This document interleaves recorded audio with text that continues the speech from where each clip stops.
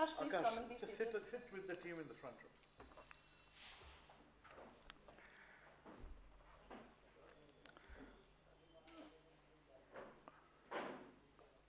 So you can begin. Good afternoon to all of you. I have great pleasure in introducing Professor M.V. Rajiv Gowda and his team, consisting of Akash Satyavali, Sneha Elizabeth Koshi, Ashmi Sharma, and Ishan Krishna. They have produced a splendid report called Real State of the Economy 2025.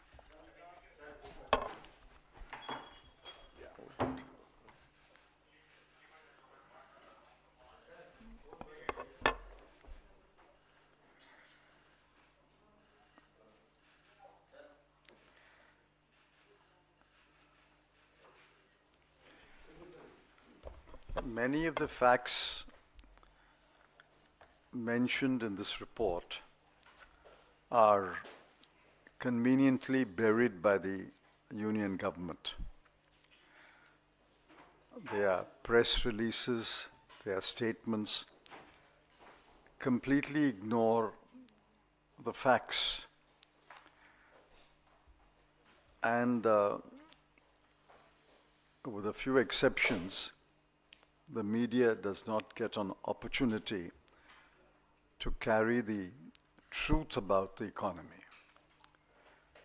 Therefore, Professor Rajiv Gowda's team decided to produce a comprehensive report on the real state of the economy. There is, of course, an unreal state of the economy, which is put out by the government every day, every hour. There is a real state of the economy. This report is well documented and well sourced. It runs to about 95 pages, but there is an executive summary of about 9 pages. I urge all of you to read the executive summary and report on that basis. Of course, your editors and sub-editors will delve deeper into a subject of their interest and go into the body of the report, and they can pull out and publish many more facts, many more issues can be highlighted, and many more evidence can be brought on record. Briefly, the economy is in a slowdown. That cannot be denied at all. However much the government may try to do that, the economy is a slowdown, and it is maybe falling up to 2% of the previous year's growth. The second important factor is there are no jobs. Youth employment is perhaps close to 40%. Among graduates, unemployment rate is close to 30%. There are no jobs. Despite the letters handed over from time to time by the Honorable Prime Minister, the jobs are being created. Those letters of appointment are filling jobs already vacant. They are not creating jobs. The third is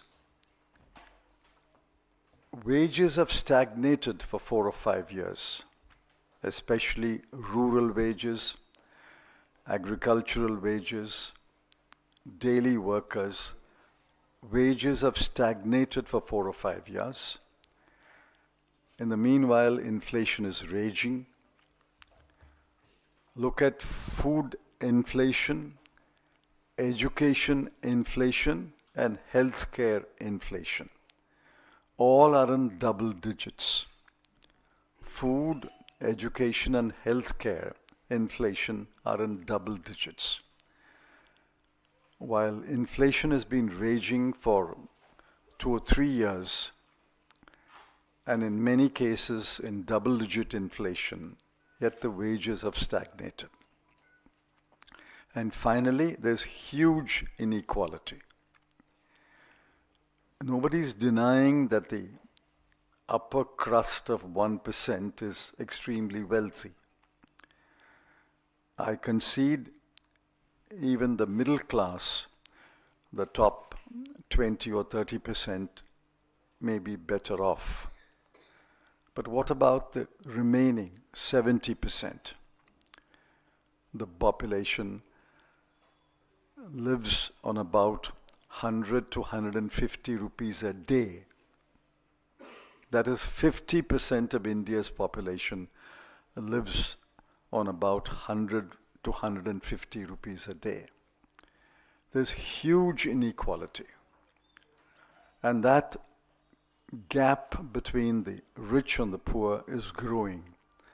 And government has done nothing to address this inequality. Now we can go examine the reasons why we have come to such a pass. But a budget analysis of the last 6 or 7 years will show that the government expenditure on health, education, both higher education and school education, social welfare, and rural development has fallen year after year since 2017-18. Allocations for major welfare programs have fallen steeply over the last 7 to 8 years. With that brief introduction, I request Professor Rajiv Gowda to make a very, very brief PowerPoint presentation, and then we can take a few questions at the end. Thank you.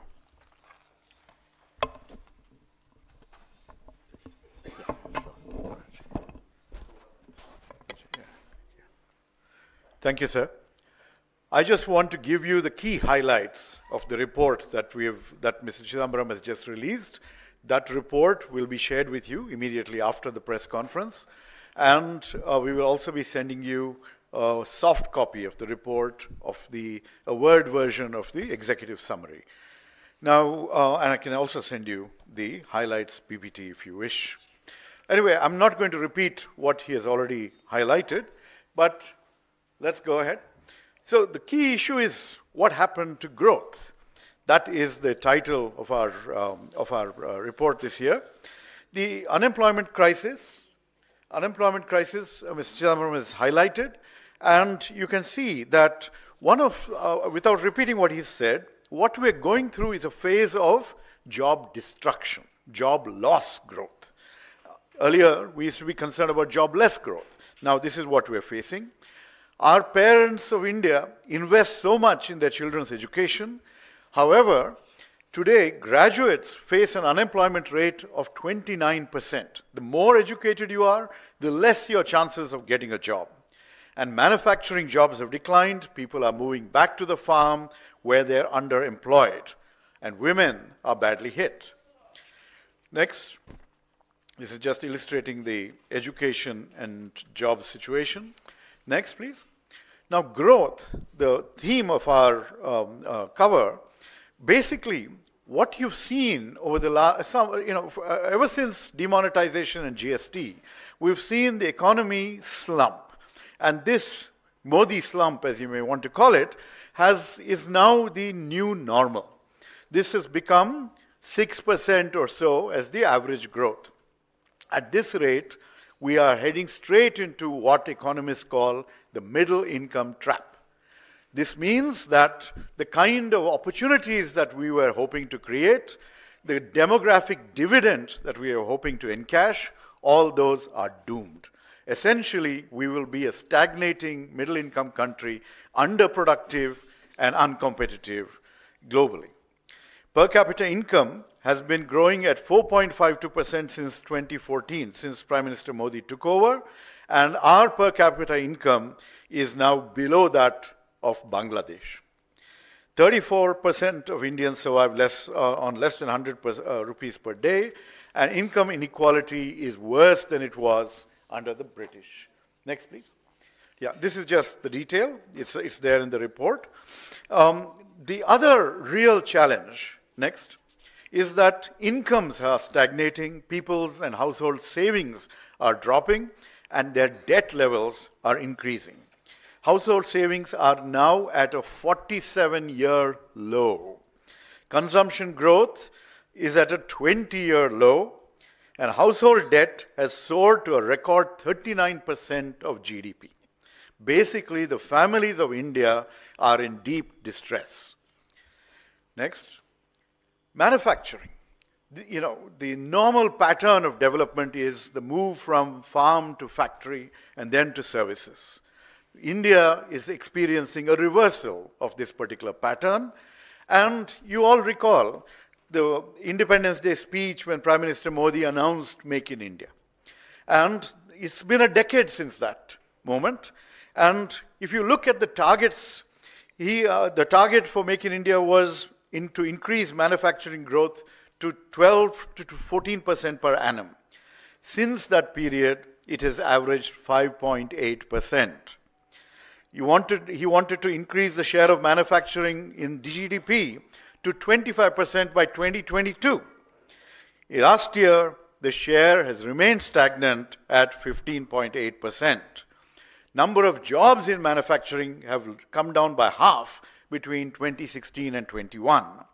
And he announced that he would create 100 million jobs in manufacturing by 2022. Instead, we've seen the workforce decline from 12.6%. You're all aware that even after that massive corporate tax cut that was delivered to the private sector, they have not had the confidence in the leadership of the economy, in the guidance that the government gives, and has therefore chosen not to invest. Without investment by the private sector, there are no jobs being created, and economic slowdown is very, very apparent. In the last financial year, 23 to 24, new project announcements have fallen by 21%. Exports used to be more than 25% of GDP under the UPA, under Mr. Chidambaram. Today, they're below 20% of GDP, and our import dependence on China has surged by more than 83% since 2019-20. FDI has been falling. In 2023, it had come down to 0.8% of GDP. That means the world also is losing confidence in India's economic management. And 21,300 high net worth individuals have left the country between 2022 and 2025. These are people who otherwise should have been investing here. Next, what about the poor? Well, welfare schemes across the board are under attack. Mr. Chidambaram talked about the cuts in health, education, and other welfare programs. Well, you know what the impact is. Chronic malnutrition affects 38% of India's children even today. There have been budget cuts to the National Food Security Act, to the PM Matru Vandana Yojana, to Mahatma Gandhi, Manrega, and health allocation is now less than 0.27% of GDP. Manrega is the unkindest cut. It is supposed to be a demand-driven program. It is the right of people to get 100 days worth of employment, but not even 45, 50 days are being provided. A lot of people are being axed from the payrolls, and again, a large number of people are being kept out because of the glitches in the Aadhaar-based payment system. If a lot of the budget allocation that you see for Manrega is being used for previous year payments and is not actually the amount that is going to those who are in distress. Next, farmers are hurting. You see this in the borders of Delhi. Agricultural growth, after a blip, has fallen to 1.4% in 23-24. The old story, MSP according to Swaminathan formula, which was promised, has never been delivered. The Pradhan Mantri Fasal Bima Yojana is benefiting the insurance industry and not our annadatas. And over 55% of farm families are in debt to the tune of nearly 1 lakh each. And more than 1 lakh farmers have committed suicide between 2014 and 23. Inflation is worsening. The cost, remember the Thalinomics that one of our economic advisors had announced some years ago? Well, in the last year, the cost of a home-cooked thali has gone up by 10%. When wages and incomes are not going up. Excise duties on petrol and diesel. Over the last decade, they've increased by over 100% for petrol and 343% for diesel. This affects the entire economy and especially affects the poor who depend on these fuels for transport and for farm inputs, etc. And of course, the spectacular fall of the rupee over the last decade, and especially over the last year, from 58 per dollar in 2014 to more than 86 per dollar today. So this is going to make imports even more expensive at a time when there is so much global uncertainty. And finally, the last 3 sections of this report cover crony capitalism, the attack on various institutions, and NDA equals no data available. So, as you know, the banks, the public sector banks especially, have written off nearly 10 lakh crores over the last 5 years. This is your money and my money that is being just waved off, and people who had borrowed are getting away scot-free. The Adani Group, the government's favorite group, their debt has gone up by more than 1.1 lakh crore, and the substantial investments in these companies is from our own Life Insurance Corporation of India and the State Bank of India. One of our former deputy governors of the Reserve Bank, Viral Acharya, he has published a report showing that 5 groups are monopolizing 40 major sectors of the economy. So what you're seeing is concentration rather than dispersion and competition within the economy. What else has, when we talk about the weakening of institutions, the RBI has been squeezed and forced to give huge dividends to the government, so also public sector banks, public sector undertakings, which could have used these resources for additional growth. Further, you know that agencies have been misused left and right in the great extortion racket called electoral bonds. And that information all of you have seen after the Supreme Court decision. And finally, inconvenient data is constantly suppressed. For example, in 2017-18, the periodic labor force survey showed that unemployment was at a 45-year high.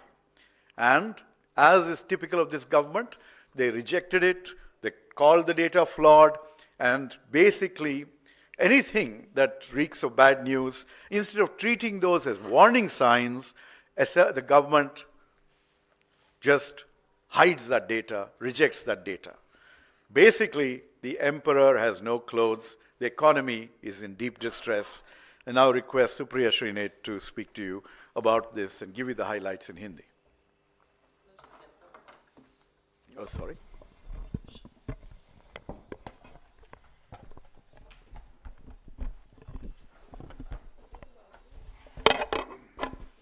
Thank you very much, Mr. Chidambaram and Professor Gowda.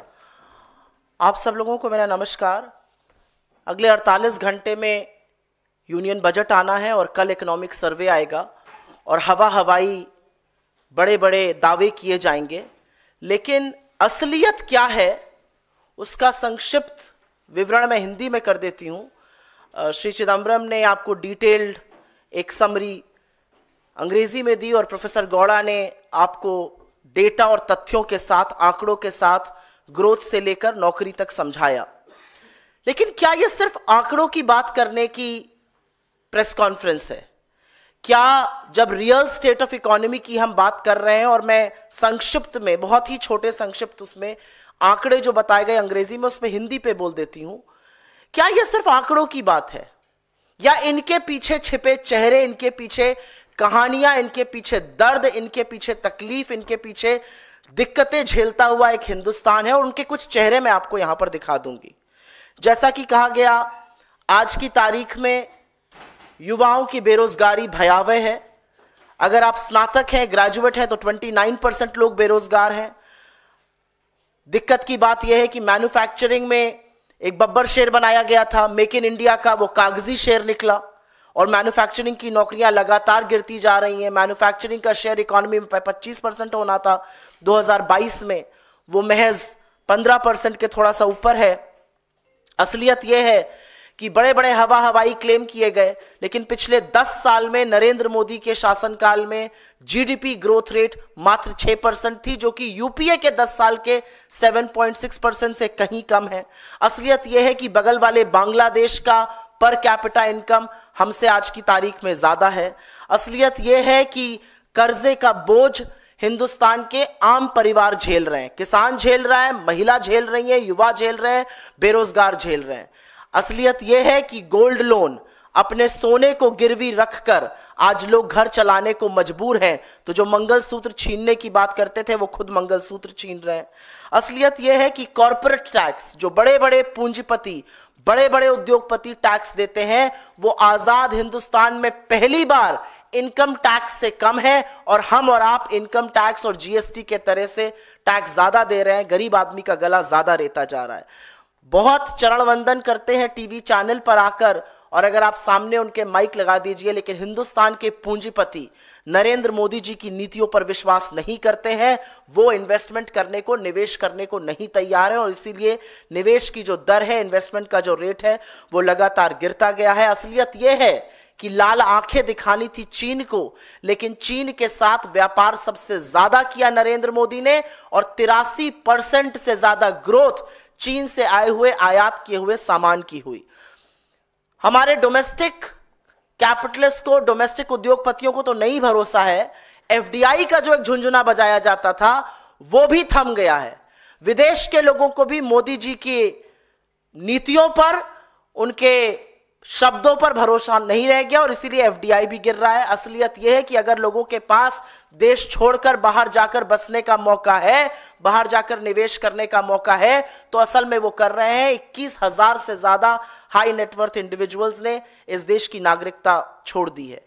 कोई सरकार क्या करेगी? वो गरीबों पर ध्यान देगी, शिक्षा पर ध्यान देगी, स्वास्थ्य पर ध्यान देगी, वेलफेयर पर ध्यान देगी, सामाजिक कल्याण पर ध्यान देगी। लेकिन आपको सुनकर आश्चर्य होगा कि मोदी सरकार ने एजुकेशन का, शिक्षा का, स्वास्थ्य का, सामाजिक कल्याण का बजट लगातार पिछले 7 से 8 सालों में घटाया है, बातें ये जो भी कर लें। असलियत यह है कि किसान, 55% किसान कर्जे के बोझ के तले दबे हुए हैं। असलियत यह है कि महंगाई से लोग त्रस्त हैं। महंगा आटा है, महंगी दही है, महंगी सब्जियां हैं, महंगी शिक्षा है। रुपया जो कि दुबला होता जा रहा था जब नरेंद्र मोदी इस देश के एक मुख्यमंत्री थे, उनको 58 पे दिया गया था, श्री चिदम्बरम ने उनको 58 पे दिया था, वो 87 पर पहुंच गया है। असलियत यह है कि जो चंद पूंजीपति मोदी जी के जिगर के टुकड़े हैं, उनको सारी सुविधाएं मिल रही हैं, उनके लिए नीतियां बन रही हैं। अडानी ग्रुप का कर्जा करीब करीब 1 लाख करोड़ से ज्यादा का है। असलियत यह है कि जिन एजेंसियों से इस देश के लोगों को सहूलियत दी जाती, वो एजेंसियां बीजेपी की फ्रंटल बन के चंदा दो धंधा लो जैसे इलेक्टोरल बॉन्ड्स चला रही हैं, और ये मोटे तौर पर आंकड़ों के साथ की कहानी है। मैं 2 मिनट में आपको ये कहानी 4 तस्वीरों से बयां करना चाहती हूं। यह तस्वीर सुमन की है। सुमन उत्तर प्रदेश के एटा की रहने वाली थी। 1.5 साल पहले उसके पति की मौत हो गई। उसके 6 बच्चे और उसकी एक बूढ़ी सास उसके साथ रहते थे। उसने 50,000 का कर्जा भी लिया घर चलाने के लिए। एक दिन जब वो आटा निकालकर रोटी बनाने के लिए गई तो सिर्फ 6 रोटियां बन पाई। 6 रोटियों का आटा था, 8 लोग खाने वाले थे। सुमन ने सल्फास खा के अपनी जान दे दी और जान देते वक्त अपनी बड़ी बेटी से कहा सबका ध्यान रखना। यह है कर्ज, यह है आर्थिक तंगी, यह है बदहाली। यह तस्वीर है झांसी के रामकिशन किसान की। 1-2 साल से उनकी फसल बर्बाद हो रही थी। उन्होंने कर्ज लिया था, उस कर्ज को वो अदा नहीं कर पा रहे थे, बेटी की शादी के लिए कर्ज लिया था। परेशान होकर और आगे स्थिति संवरती ना देखकर उन्होंने हताश होकर अपनी जान ले ली। ये 55% वो किसान हैं जो आज कर्जे के तले दबे हुए हैं। ये आंकड़े नहीं हैं, ये चेहरे हैं, ये असल कहानियां हैं, ये असल लोग हैं हिंदुस्तान के। यहां पर एक तस्वीर एक युवा दंपति की है, संचिता और हरीश। यह घटना जुलाई 2024 की है। हरीश ने एमबीए किया था, उसकी नौकरी चली गई, बहुत हाथ पैर मारे, नौकरी नहीं मिली। हरीश ने बनारस का रहने वाले थे, अपने घर में फांसी लगा के जान दे दी और जब यह खबर उसकी पत्नी संचिता को मिली तो उसने गोरखपुर में अपनी जान दे दी। यह बेरोजगारी है इस देश की, यह आंकड़ा नहीं है, यह चेहरे हैं, यह असलियत है। आर्थिक तंगी से 22,000 से ज्यादा लोग अपनी जान दे चुके हैं। और यह फोटो बस एक पुणे की ऑफिस की दिखा रही हूं आपको। 100 लोगों के फ्रेशर्स की नौकरी लगनी थी और लाइन का अंत नहीं हो रहा था। हजारों लोग 100 लोगों की लाइन में लगे हुए थे। यह पुणे की तस्वीर है। ये जो आर्थिक स्थिति आपको बताई और इसके बाद आपके सवालों का स्वागत रहेगा। ये जो आर्थिक स्थिति आपसे साझा की गई है, ये आंकड़े नहीं है, ये हिंदुस्तान की वो असलियतें हैं जो ये चेहरे बयां कर रहे हैं। वो बेबसी, वो दर्द, वो तकलीफ जिसको सुनकर नरेंद्र मोदी और उनकी सरकार के लोग कहते हैं हम लहसुन प्याज नहीं खाते, पकौड़े तल लो, हम 5वीं अर्थव्यवस्था बन गए, आप चांद पे पहुंच जाइए। अगर सुमन को आटे की तंगी से जान देनी पड़ रही है तो लानत है आपकी सरकार पर, लानत है आपके हवाई वादों पर। क्योंकि आपकी किताबों में मौसम बहुत गुलाबी है, लेकिन वो सारे दावे झूठे हैं, वो आंकड़े किताबी हैं, ये असलियत है। आपके सवालों का स्वागत है। Your questions are welcome. Please direct them to the architect of this report and of course Mr. Chidambaram. You want to just start this? So, Chidambaram sir, you highlighted the state of the Indian economy. Considering that it's going to be, she's presented a series of budgets. And what are your expectations from the union budget this time around? It's going to be the second in the Modi 3.0. It will be Modi 3.0. I actually called it Modi 2.1. I don't think there is a radical change from Modi 2. Unless they accept the realities of the Indian economy, they will continue to trudge on the same path, which is what I fear, which is what I criticize. Unless they change their approach to growth and development, and they adjust their fiscal and monetary policies accordingly, I'm afraid it'll be more of the same, but I don't wish more of the same. I hope that they will change, but if they have not changed until yesterday in their pronouncements, there is barely 48 hours for them to change.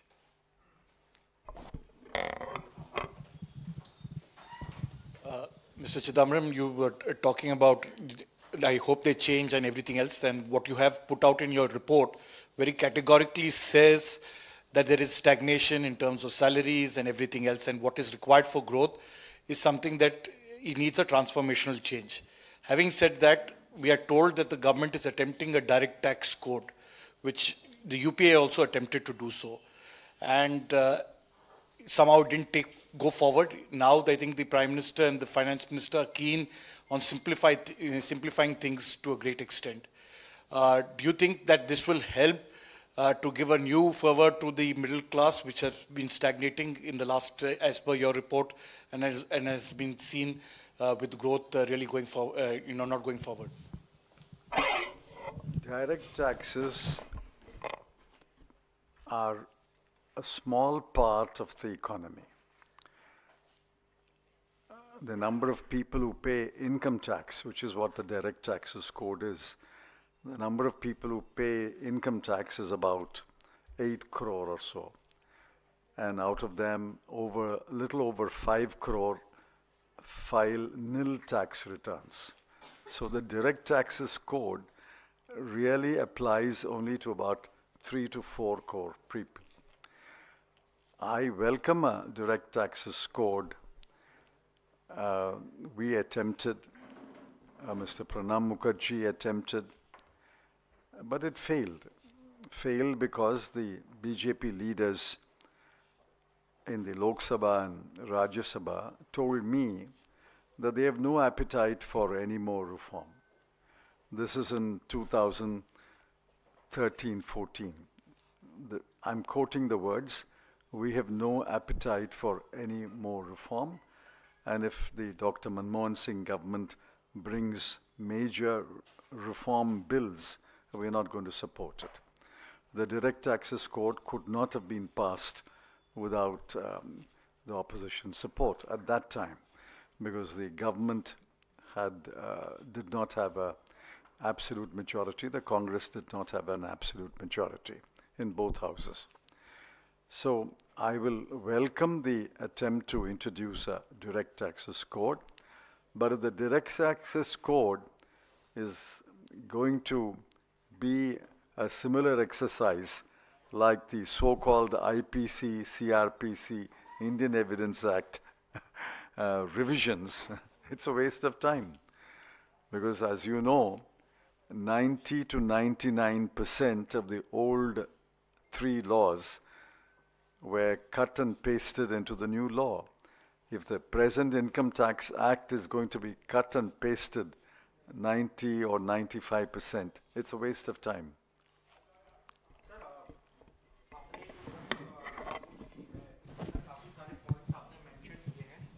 क्या इनमें ये भी points हैं या कोई suggestion है जो government को बताए कि इससे हम लोग ओवरकम कर सकते हैं इन सिचुएशन से? क्या ऐसा भी है इन बुक्स में? Are there any suggestions? देखिए ऐसा है, इसका जवाब मैं चाहती हूँ प्रोफेसर गौड़ा दे, लेकिन आपसे सिर्फ ये बताना चाहते हैं, सबको पता है कि असलियत क्या है इकोनॉमी की। सरकार आंख पे पट्टी बांध करे, उनको भी पता है, लेकिन वो डॉक्टर है जिसके पास जब आप जाकर बताते हैं कि मेरे पेट में दर्द है, तो वो मानने को ही तैयार नहीं है। जब वो समस्या को मानने को तैयार नहीं है तो समाधान कैसे मिलेगा? पर प्रोफेसर गौड़ा इस पर आई थिंक ज्यादा detailed.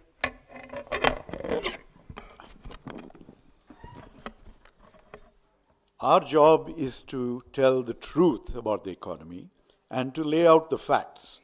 The government's job, that's why they've been elected, is to actually act on the facts and find solutions. If you want solutions, look at our manifesto. They've already done that. They've taken our apprenticeship program and turned that into some version of an internship program. So we have lots of suggestions for how to improve the economy. It's there in our manifesto. They have been taking some of them. They're welcome to take more in the interest of the people of India. But most importantly, let this report open their eyes to the reality and to the human tragedies that Supriya Srinath so eloquently elucidated in front of you.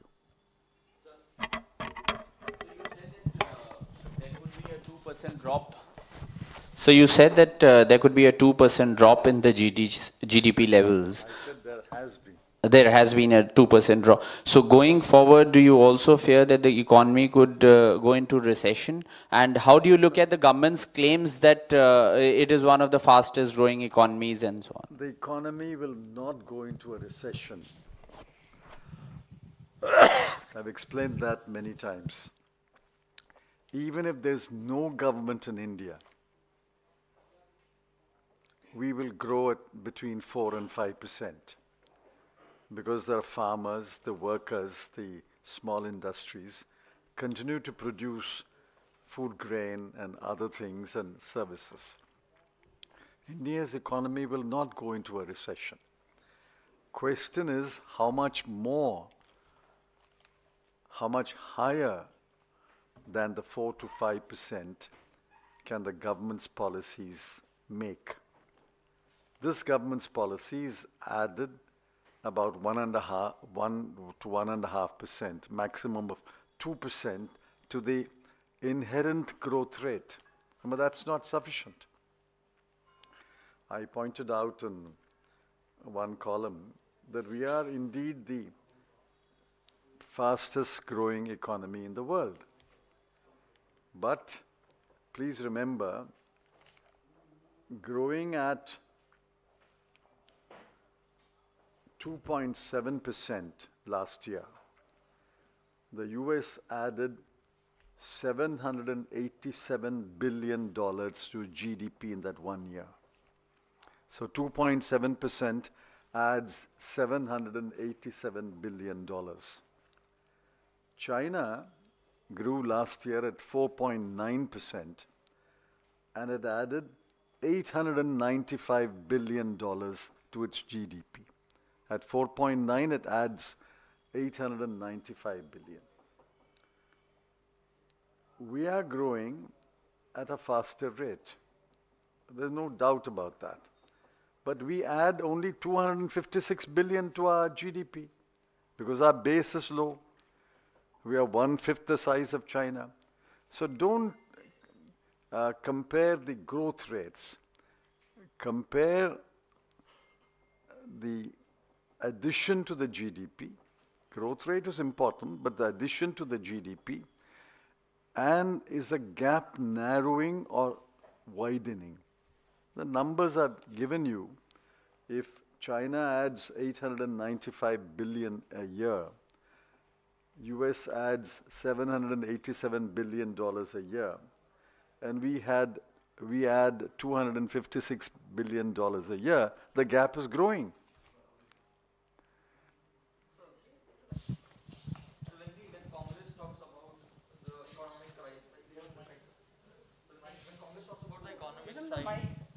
Yeah. An argument comes from the opposition side, be it the BJP or the other parties, is that if...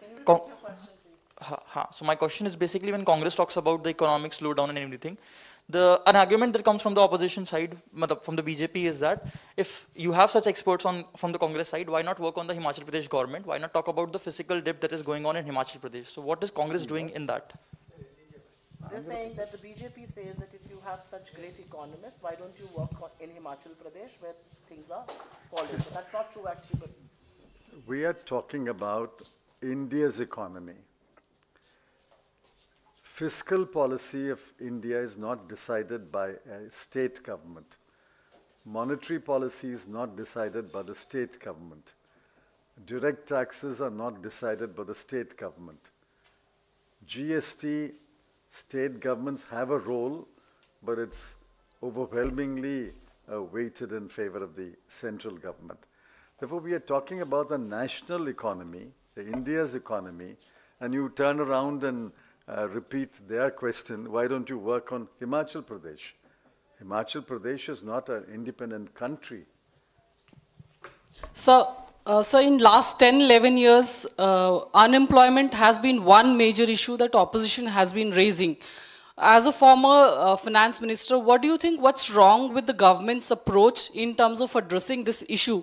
And any suggestions that you would like to make to the government of India to address this issue? If I make a suggestion, it will be shot down. So the best suggestion is not to make it. An extension to that question on unemployment, Mr. Gaura, because it's one of the issues that you've red flagged in your report. Could you highlight the particular areas or the areas of concern where the unemployment slump is more? And also, you also come from Bengaluru. So the Indian government is talking about digital transformation and how it's going to peg up the economy and employment. So how is the economy faring on that front as far as employment is concerned? So when you look at the various sectors of the economy, you see that more growth of jobs is happening in agriculture. Now, agriculture generates just 15-16% of overall GDP, has to support nearly 50% of the population. So this is a very unproductive or underproductive allocation of people and resources. Okay? What we need is to shift people from agriculture to manufacturing. So there, the micro, small, and medium enterprises, the small businesses, the small firms, they were all destroyed either by demonetization or by the way GST was implemented. Now you're starting to see single operations picking up a little bit, and it'll take some time for them to revive. They are actually potential job creators, but this government hasn't shown the kind of concern and investment that's required there. Where they've tried to create production-linked incentives, except for big companies like Apple that have come in here, you import the components, you assemble here and you export. You're not doing any extraordinary value added. So while there is an uptick, it's not enough. Now when you talk about Bengaluru and you talk about the digital economy, we are on the verge of revolutions. You're looking at artificial intelligence, which can change the nature of jobs going forward. Is there anything, can we expect anything in this budget that will be proactive and farsighted and allow for training of our youngsters so that they're ahead of the game? You're seeing China, literally shattering the US's dominance in the domain of artificial intelligence just in the last few days. So basically, this is a government without a clue. And whatever, as Mr. Chidambaram pointed out, the people of India are keeping the economy humming. What you need is sustained 8% and above growth rates like you had during the UPA era for all of us to see, inclusive growth, more opportunities, more jobs, and a chance for our children to have better lives than us. That is the challenge. And you're not seeing it in this government. Instead, so what the government should do, for example, this extraordinary petroleum taxes, that is one area that they could lower a little bit. They've been covering the fiscal deficit substantially by squeezing each one of us. Right? If they were to leave more money in our pockets, then consumption can pick up, growth can pick up, jobs can pick up. That is not something these people are willing to do. Instead, what you see is more allocations towards cronies and the rest of us in the hands of God. I would like to add something to this, just for people right here. मुझे बहुत खुशी है कि आज अर्थव्यवस्था पर आप लोग इतने सारे उत्सुक सवाल पूछ रहे हैं. आप सब जानते हैं असलियत क्या है, आप देखते हैं असलियत क्या है सड़कों पर, आप वो सवाल पूछ रहे हैं. लेकिन आपके जो साथी प्राइम टाइम शोज करते हैं, डिबेट्स होते हैं, मैंने तो एक डिबेट महंगाई पर होते हुए नहीं देखा. मैंने एक डिबेट इस पर होते हुए नहीं देखा कि आईआईटी बॉम्बे में 34% लोगों का प्लेसमेंट नहीं हुआ. मैंने डिबेट होते हुए नहीं देखा कि किसानों की एमएसपी नहीं है, उन पर इतना कर्जा है. मैंने डिबेट होते हुए नहीं देखा कि हाउस होल्ड सेविंग्स 50 साल में अपने सबसे निचले स्तर में है. ये असलियत है हिंदुस्तान की. डिबेट किस पर होगा? कहीं पर खुदाई चल रही है, फलाने ने कुछ कह दिया, ढिमकाने ने कुछ कर दिया. मेरा अपना मानना है सरकार असलियत से भाग रही है, सरकार मुंह मोड़ रही है क्योंकि असलियत उनके लिए दिक्कत तलब है. लेकिन इस देश का जो चौथा स्तंभ है, जो मीडिया है, वो भी मुद्दों से भागकर मुद्दों से ध्यान इसलिए भटका रहा है क्योंकि सच जो सामने आएगा, जो ऐसी रिपोर्टें हैं जिसमें यह सच कैद है, वो रिपोर्टें असहज करती हैं सरकार को. मैं आप में से बहुतों के न्यूज चैनल पर जाती हूं और वहां पर जब मैं तथ्य और आंकड़े रखने लगती हूं तो तुरंत डिबेट को दूसरी तरफ मोड़ दिया जाता है या ब्रेक ले लिया जाता है. तो मुझे लगता है कि मीडिया जो 2014 से पहले अर्थव्यवस्था पर उत्सुकता दिखाता था, सवाल पूछता था, डिबेट करता था, कटघरे में खड़ा करता था, इस प्रेस रूम के बाहर निकलकर भी ऑन स्क्रीन यह काम जरूर होगा. Do you want to answer any other questions other than this? What other questions? Ask. We want to stick to this report today.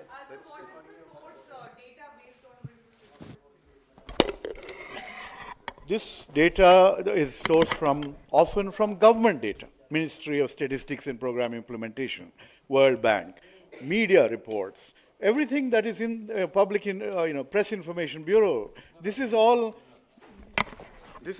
publicly. Many of the footnotes give the source. Yeah.